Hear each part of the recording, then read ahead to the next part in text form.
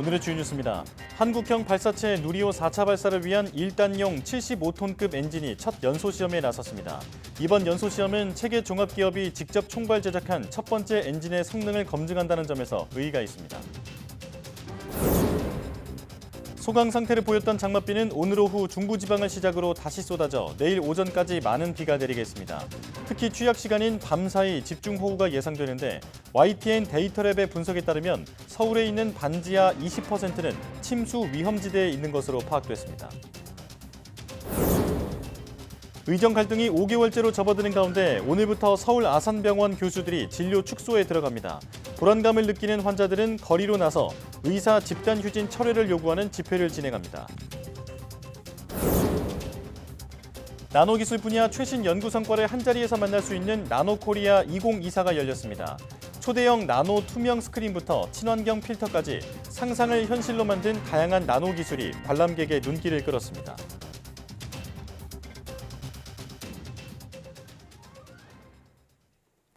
여러분 안녕하십니까? 7월 4일 사이언스 투데이입니다.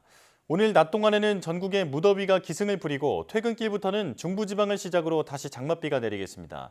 기상청은 북쪽 고기압 가장자리를 타고 건조한 공기가 남하하면서 정체전선이 활성화돼 오늘 오후부터 다시 비가 내리겠다고 밝혔습니다. 비가 오기 전까지는 습도가 높은 가운데 서울 한낮 기온은 30도, 광주 32도, 대구는 34도까지 오르는 등 찜통 더위가 나타나겠습니다. 늦은 오후부터는 정체전선의 영향으로 서울 등 중부 곳곳에 비가 시작돼 전국으로 장맛비가 확대되며 특히 취약 시간대인 밤사이 시간당 20에서 최대 50mm의 집중호우가 예상돼 주의가 필요합니다. 내일까지 예상되는 비의 양은 충남에 150mm 이상, 충북과 전북에 120mm 이상의 폭우가 쏟아지겠고 서울 등 그 밖의 내륙에도 최고 80mm의 많은 비가 내리겠습니다. 이번 비는 내일 오후면 대부분 그치겠지만 주말 사이 또다시 전국 곳곳에 강한 장맛비가 쏟아질 전망입니다.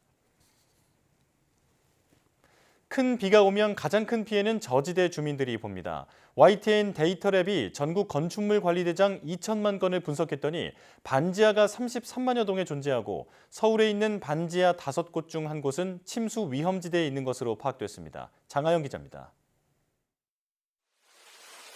비가 오자 물을 뱉어내는 변기. 저지대 침수 때 흔히 볼 수 있는 장면입니다. 특히 사람이 다니는 길보다 아래에 있는 반지하에선 물이 차면 창문으로도 물이 쏟아지지만 하수부터 역류하는 경우가 많습니다. 이런 저지대 반지하는 얼마나 될까? YTN 데이터랩이 전국의 건축물 관리대장을 전수 분석해 반지하 주택 규모부터 파악했습니다. 설비나 저장소 등으로 표기된 데이터는 제외했습니다. 전국 반지하 33만여 동 대부분이 수도권에 집중돼 있는데 자치구별로는 관악구, 중랑구, 강북구 순으로 많았습니다. 경기도 수원과 성남도 10위 안에 이름을 올렸습니다. 서울만 살펴보면 서남권과 동북권에 주로 분포합니다. 반지하 주택 분포를 서울 안전누리의 침수 예상도와 겹쳐봤습니다. 5곳 중 한 곳이 침수 예상 지역에 포함됐습니다. 모두 3만 5천여 동. 서울시가 침수 방지 시설이 필요하다고 밝힌 것보다 훨씬 많은 수치입니다. 현재 서울시는 물막이판 무료 설치에 집중하고 있지만 물막이판은 대피 시간을 벌어주는 도구일 뿐 근본 대책이 될 순 없습니다. 설치된 물방이판도 제 기능을 못하고 있는 설비가 많은 실정입니다. 건축물 유형별 어느 지점에 어느 높이로 어떤 유형의 물막이판을 설치하고 또 어떻게 유지관리되어야 한다는 지침이 좀 더 구체적이고 명확하게. 전문가들은 이미 침수된 이력이 있는 반지하부터 멸실 계획을 세우고 이주 지원을 해야 한다고 말합니다. 반지하는 대한민국의 고도 성장기인 1988년부터 7년간 가장 많이 생겼는데 서울에 인구가 급격히 몰려 200만 호 주택 건설 사업까지 추진되던 시절입니다. 서울 반지하의 10곳 중 9곳이 20년 이상 된 노후주택입니다. 1988년 시작한 천만 서울은 3년 전에 깨졌지만 시절의 산물인 반지하는 여전히 침수 사각지대에 남아 있습니다. YTN 장하영입니다. 열대 대서양에서 발달한 허리케인 베릴이 서쪽으로 이동하면서 카리브해 섬들과 남미 북부 베네수엘라를 강타해 큰 피해를 내고 있습니다. 지난 이틀간 허리케인 베릴이 카리브해를 관통하면서 최소 7명의 사망자가 발생한 것으로 집계됐습니다. 카리브해 섬 그레나다와 카리아쿠에서 모두 3명, 세인트 빈센트 그레나딘에서 1명이 숨졌으며 베네수엘라 북부에서도 3명이 사망한 것으로 확인됐습니다. 카리브해 섬 국가들에서도 주택과 건물, 기반 시설이 상당수 파괴됐으나 정전과 통신 두절로 인해 피해 상황 집계에 어려움을 겪고 있는 것으로 전해졌습니다. 베릴은 지난달 30일 두 번째로 강한 등급인 4등급으로 1일 밤에는 가장 강력한 5등급으로 발달해 최고 풍속이 270km에 달했습니다. 지금은 위력이 조금 줄어 다시 4등급으로 내려왔으나 여전히 최대 풍속이 230km 수준입니다. 이탈리아 시칠리아 섬에 있는 에트나 화산이 4년 만에 다시 분화하기 시작했습니다. 해발 3,300m 높이의 에트나 화산 정상 부근에는 현지 시간 2일부터 새로운 분화구가 생겨 마그마와 용암이 뿜어져 나오고 있습니다. 에트나 화산은 유럽에서 가장 높은 활화산으로 분화 기록은 기원전 425년까지 거슬러 올라갑니다. 연일 계속되는 폭염과 건조한 날씨 속에 미국 캘리포니아 북부 산불이 커지면서 인근 주민 2만 6천여 명이 대피했습니다. 캘리포니아 소방당국은 현지 시간으로 2일 세크라멘토에서 북쪽으로 약 110km 떨어진 버트 카운티 인근에서 시작된 불이 확산하면서 주민 대피령이 내려졌다고 밝혔습니다. 또 현지 시간 3일 오후에는 로스앤젤레스 시내에서 북서쪽으로 65km 떨어진 시미밸리에서 새로운 산불이 발생해 대피령이 내려졌습니다. 주 산림소방국은 3일 기준 캘리포니아주 전역에서 12건 이상의 산불이 발생해 곳곳에서 주민 대피령이 내려졌다고 설명했습니다. 캘리포니아주에서 가장 큰 화재는 프레즈노 카운티 동부에 있는 시에라 국유림에서 발생한 화재로 3일을 기준으로 26% 정도 진화됐습니다. 산림소방국은 7월 4일 미국 독립기념일을 맞아 이들 지역에서 불꽃놀이를 금지한다고 경고했습니다. 내년 하반기로 예정된 누리호 4차 발사를 위한 엔진 수락 연소 시험이 시작됐습니다. 우주항공청과 한국항공우주연구원은 오늘 누리호 4차 발사를 위한 1단용 첫 75톤급 엔진 조립이 완료돼 나로 우주센터에서 엔진 성능 검증을 위한 수락 연소 시험을 정상적으로 진행했다고 밝혔습니다. 시험 결과 눈으로 확인된 특이사항은 발생하지 않았고 세부 데이터 분석을 통해 엔진 성능을 최종 확인할 예정이라고 우주항공청은 밝혔습니다. 수락 연소 시험은 발사체 장착 전 최종 성능을 검증하는 목적의 연소 시험으로 이번 시험은 1단 비행 모델에 탑재될 액체 엔진 4기 중 1호기에 대한 시험입니다. 누리호에 탑재되는 엔진은 총 6기로 1단에 75톤급 엔진 4기, 2단에 75톤급 엔진 1기, 3단에는 7톤급 엔진 1기가 장착됩니다. 우주항공청은 내년 2월까지 연소 시험을 모두 마무리할 예정이라고 밝혔습니다. 10억 분의 1 수준의 정밀도를 요구하는 나노 기술이 과학은 물론 산업 전 분야로 확대되면서 다양한 기술이 개발되고 있습니다. 상상을 현실로 만드는 나노 기술의 모든 것을 한자리에 만날 수 있는 전시회를 임늘솔 기자가 다녀왔습니다. 유리같이 투명한 대형 스크린에서 영상이 생생하게 나옵니다. 창문으로 사용하다가 화면으로도 쓸 수 있는 이 나노 투명 스크린은 나노 입자를 고르게 분산시켜 만들었는데 머리카락 3개 정도로 얇고 유연성이 뛰어납니다. 폭염과 강추위에도 변형 없이 유지돼 실내뿐 아니라 야외에 설치할 수 있습니다. 나노 투명 스크린은 나노 입자들로 구성이 되어 있고요. 1마이크로미터 안에 수십 개의 나노 입자들이 존재합니다. 이론적으로 보면 8K나 16K나 32K까지도 저희가 구현이 가능한 기술이라고 말씀드릴 수 있습니다. 신소재인 셀룰로스 나노 섬유로 만든 친환경 필터와 마스크입니다. 식물 구성 성분인 셀룰로스를 나노화해 만든 소재로 기존 제품과 달리 땅에서 자연 분해가 가능합니다. 또 미세 플라스틱을 대체할 수도 있어 화장품 첨가제로도 활용될 수 있습니다.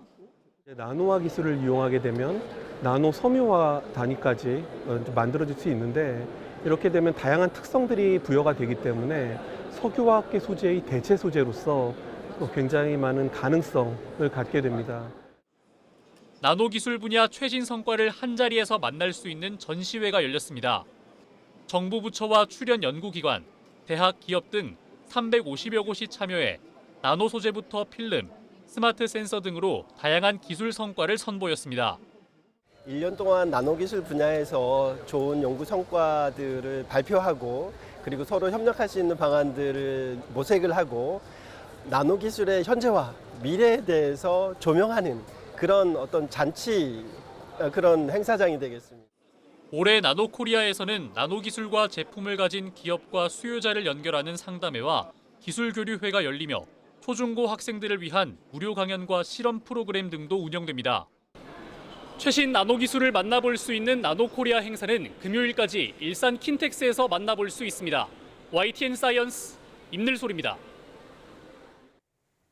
국방부가 직원들을 대상으로 국방 분야에 특화된 생성형 인공지능 서비스를 내부망을 통해 시작했습니다. 국방부는 생성형 인공지능 서비스에 대해 오픈 AI의 챗 GPT처럼 채팅 방식으로 군 내부 규정이나 군사 용어 등에 대해 물으면 대답해주고 군사 분야 특화 번역, 문서 요약 서비스를 제공한다고 밝혔습니다. 이와 함께 3일부터 10일까지 국방 데이터 AI 확산 주간으로 정하고 국방부와 계룡대에 AI 관련 성과물을 전시했습니다. 전시장에는 영상 정보를 AI로 자동 분석해 표적을 식별하는 해안 경계 작전 체계, 시뮬레이션 방식으로 AI와 공중 기동 훈련을 할 수 있는 가상현실 모의 비행 훈련 체계 등이 소개됐습니다. 아울러 신원식 국방부 장관 주관으로 열린 국방 데이터 AI 정책 보고회에서는 해킹 방지 대책과 국방 5G망 구축 방안 등이 논의됐습니다.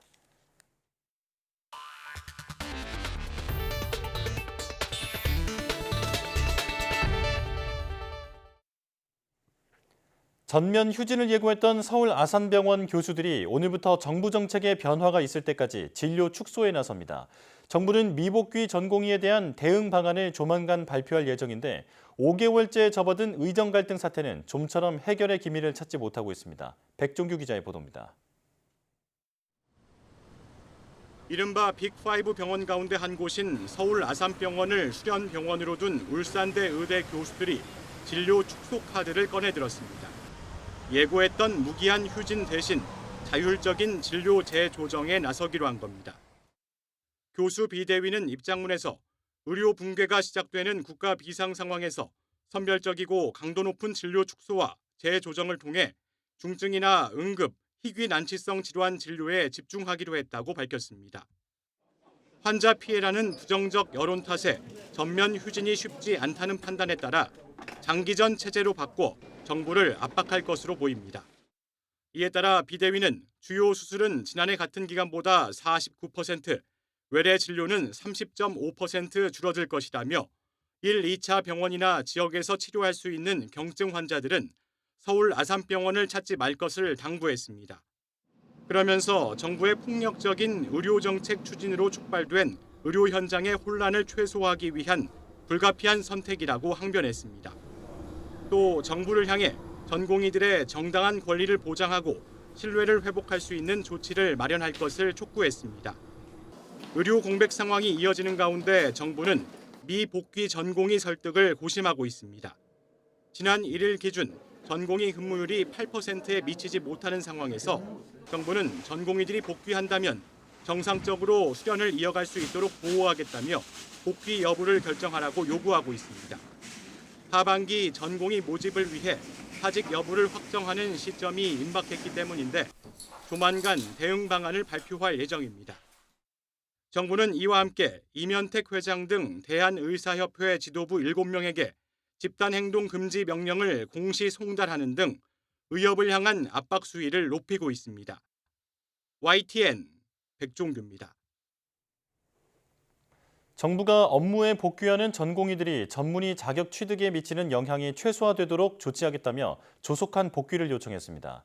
이상민 행정안전부 장관은 의사 집단행동 중대본 회의를 주재하고 이제는 의료 현장의 혼란을 수습하고 건설적인 대화를 통해 개혁 방안을 구체화해야 할 때라며 이같이 말했습니다. 이어 정부가 추진하는 의료개혁 과제는 전공의와 의대생들이 요구하는 개선 방향과 다르지 않다면서 의료 전달 체계 확립과 필수 의료 수가 개편, 의료사고 안전망 강화 등을 반영하고 있다고 덧붙였습니다. 의사들의 집단행동에 반대하는 환자단체들이 도심 집회를 진행합니다. 한국환자단체연합회 등 102개 환자단체는 서울 보신각에서 의사 집단휴진 철회 및 재발방지법 제정 촉구대회를 열었습니다. 이들은 정부와 의료계 갈등 속에 당장 병원에 드나들어야 하는 환자와 가족들의 불안만 커지고 있다며 정부와 의료계가 의료 공백 정상화를 위한 합의보다 환자의 불안과 피해를 도구 삼아 서로 비난하기만 한다며 더는 인내하지 않겠다는 입장을 밝혔습니다. 환자단체들은 의료 공백 사태 해결과 재발 방지를 위해 의료계는 집단 휴진을 철회하라고 촉구했고 국회를 향해서는 앞으로 의료인들의 집단 행동이 발생하더라도 응급실 등 필수 의료는 한시도 중단 없이 제공되도록 법을 만들라고 요구했습니다. 일상생활에 어려움을 겪지만 지적장애에 해당하지 않아 지원 대상에서 빠졌던 경계선 지능인에 대한 정부 조사가 올해 하반기부터 시작됩니다. 교육부는 제6차 사회관계 장관회의에서 경계선 지능인에 대한 첫 종합 대책을 내놨습니다.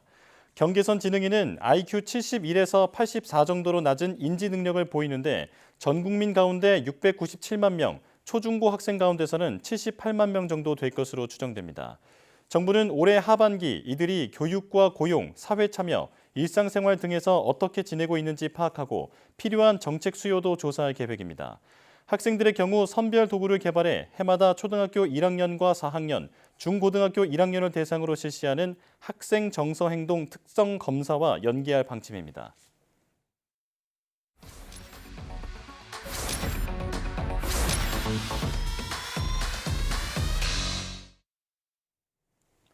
중국 시커머스 알테쉬는 우리 산업뿐 아니라 소비자 안전도 위협하고 있습니다. 싼 값을 앞세워 팔아치우기만 할 뿐 환불이나 반품 등 기본적인 소비자 보호 조치가 없는 건 물론 치명적인 화학물질로 범벅되거나 안전장치도 없는 물건들이 국내로 쏟아지고 있습니다. 김연아 기자입니다. 어린이 제품 10개 중에 4개는 유해한 화학물질 덩어리라서 바다 건너 20일 만에 도착한 택배 봉투는 텅 비어 있었습니다. 크림을 구매했다가 피부가 괴사하는 사례가 10개 가운데 9개는 국내 안전 기준에도 크게 못 미쳤습니다. 헐값에 가까운 극초저가로 무장한 알리와 테무가 한국에 본격 진출한 지 1년. 이용자는 7배 넘게 늘었지만 동시에 소비자 피해도 쏟아지고 있습니다. 연락이 계속 안 되니까 분쟁 신청을 했는데 알리에서 치자 부품 가격만 1,000원이었나? 네, 그 정도만 환불을 해준다고 해서 치자 부품이 없으면 그건 아예 못 쓰는 거라서 폐기물 처리 비용이 원래 그거보다 더 크거든요. 가장 심각한 문제는 안전성입니다.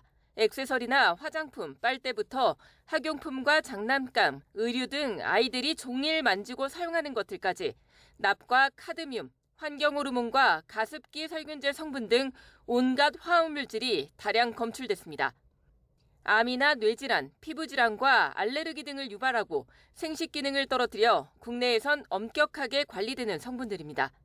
체내에 들어오면 굉장히 오랫동안 머무르는 것들이기 때문에 납이나 카드뮴 같은 것들은 이제 신장에 무리를 일으키는 경우가 생길 수 있는데 그런 정도의 농도에도 도달할 수 있는 거죠.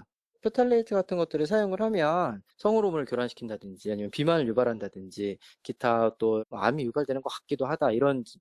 사실상 화학 폐기물이나 다름없다는 지적이 나오는 이유입니다.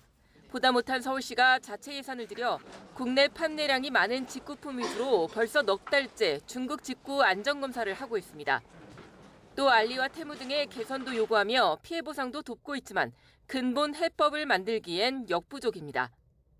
약간의 변형을 이루어서 비슷한 제품들이 계속 올라오고 있습니다. 그래서 이런 것들을 어떻게 해야 될지 플랫폼사하고 얘기를 하고 있고요. 더욱이 알리와 테무, 쉬인 등 중국 업체는 중국법에 따라 이용자 개인정보를 중국 정부에 넘길 수 있고 이미 해외나 중국 판매자들에게 이전하기도 해 개인정보 관련 범죄 우려도 커졌습니다. 어느 사업자한테 제3자 제공을 한다든지 이런 것들이 내강 표시돼 있거나 아예 표시 안 했거나 해외에 누군가한테 제공하는데 명확하게 밝히지 않은 것들이 다 법 위반 소지가 다분히 있고요. 실제로 지난해 전국에서 벌어진 국제 우편물, 독극물 테러 소동은 최초 발송자가 중국으로 추정되는데 국내 개인정보가 이미 중국에서 마구잡이로 유통됐을 가능성이 큰 대목입니다. 미국에선 테무가 개인정보를 수집하기 위해 바닥 가격의 상품을 판매하는 데이터 도용 사업이라는 비판과 함께 소송이 진행 중입니다. 우리 정부 역시 뒤늦게 시커머스에 대해 공정거래 위반과 개인정보 유출 혐의 등을 조사하고 있는데 당장 소비자 피해가 큰 유해 상품 판매와 개인정보 유출을 중단할 엄격한 제재가 시급하다는 지적이 나옵니다. YTN 김현아입니다. 새로운 온라인 유통 강자로 부상한 중국의 대표적 저가 상품 플랫폼을 겨냥해 유럽연합이 관세 부과를 추진한다고 영국 언론이 보도했습니다. 영국 일간 파이낸셜 타임스는 EU 집행위원회가 150유로 미만의 물품을 무관세로 살 수 있는 현행 기준을 폐지하는 방안을 이달 제안할 것이라고 밝혔습니다. 이 같은 조치의 표적은 이른바 알테쉬로 불리는 중국의 대표적 저가 상품 플랫폼 알리, 테무, 쉬인인 것으로 알려졌습니다. EU 집행위에 따르면 지난해 EU 회원국에 화장품이나 장난감을 포함해 무관세로 수입된 150유로 미만 물품은 23억 개로 전년 대비 2배 이상으로 늘어난 것으로 나타났습니다. 다만 일부 회원국들이 급증하는 통관 업무에 대한 불만을 제기하면서 실제 관세 부과한 집행은 지켜봐야 할 것이란 전망입니다. 우리나라 제품에 대한 수요가 늘면서 중국 알리바바 그룹의 기업 간 거래 플랫폼인 알리바바닷컴이 한국 기업 전용 웹사이트를 열었습니다. 이 사이트에서는 한국 판매자 상품만 노출해 B2B 구매자들이 원하는 국내 상품을 쉽게 찾고 거래할 수 있습니다. 지난해 6월부터 지난달까지 알리바바닷컴에서 팔린 우리나라 제품의 품목별 성장률은 자동차 부품이 300%로 가장 컸고 라면 82%, 기초 화장품 80% 등의 순이었습니다. 방송통신위원회가 삼성전자의 신형 스마트폰 갤럭시 폴더블 6 출시를 앞두고 이용자를 상대로 한 허위 과장 광고 등 사기 피해를 주의해달라고 당부했습니다. 방통위는 최근 온라인 카페와 블로그 등의 판매 채널을 통해 스마트폰을 저렴하게 구매할 수 있다는 영업이 은밀히 이루어지고 있다고 설명했습니다. 하지만 실제로 지원금 지급을 위한 별도 계약 체결을 요구하거나 통신사 또는 신용카드 제휴 혜택을 마치 판매점에서 할인하는 것처럼 속일 수 있다고 경고했습니다. 또 스마트워치나 태블릿 등을 무료로 증정하겠다며 고가 요금제나 부가 서비스 가입을 유도할 우려도 있다고 덧붙였습니다. 방통위는 속임수 판매 피해를 예방하려면 터무니없이 저렴한 구매 금액을 제시할 경우 할인 조건과 할부 원금 등을 꼼꼼히 확인해야 한다고 강조했습니다. 덕수궁을 예전의 모습으로 되돌리기 위한 발굴과 복원 작업이 한창입니다.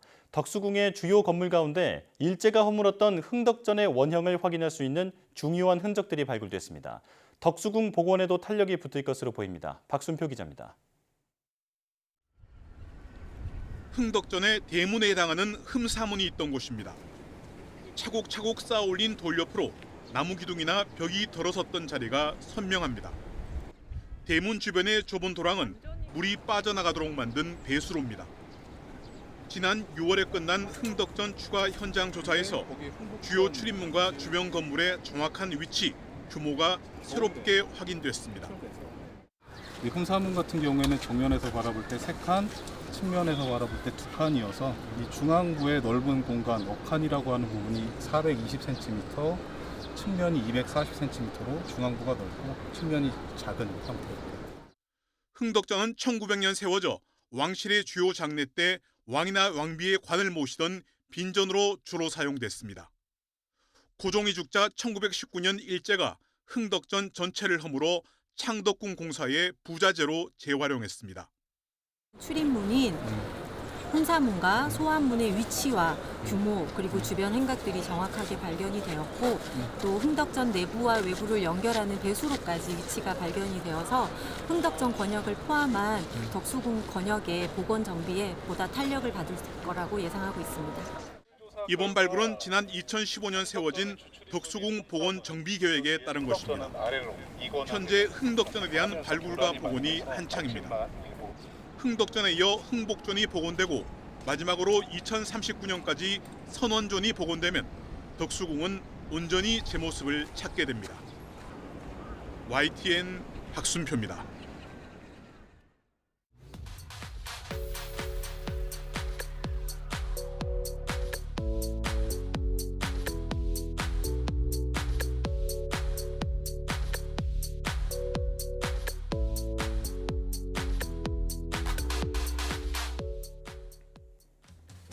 앞서 서울에 있는 반지하 주택 5곳 중 한 곳은 침수 위험이 있다는 YTN 데이터랩의 분석 전해드렸는데요. 서울시는 시간당 100mm 강우를 기준으로 침수 예상 주택을 파악하고 있지만 갈수록 역대급의 호우가 빈번해지는 만큼 대책의 보완이 필요해 보입니다. 침수 이력이 있는 반지하 주택부터 없애고 주민 이주를 지원하는 등 근본 대책에 속도를 내야 할 것으로 보입니다. 뉴스 마칩니다. 고맙습니다.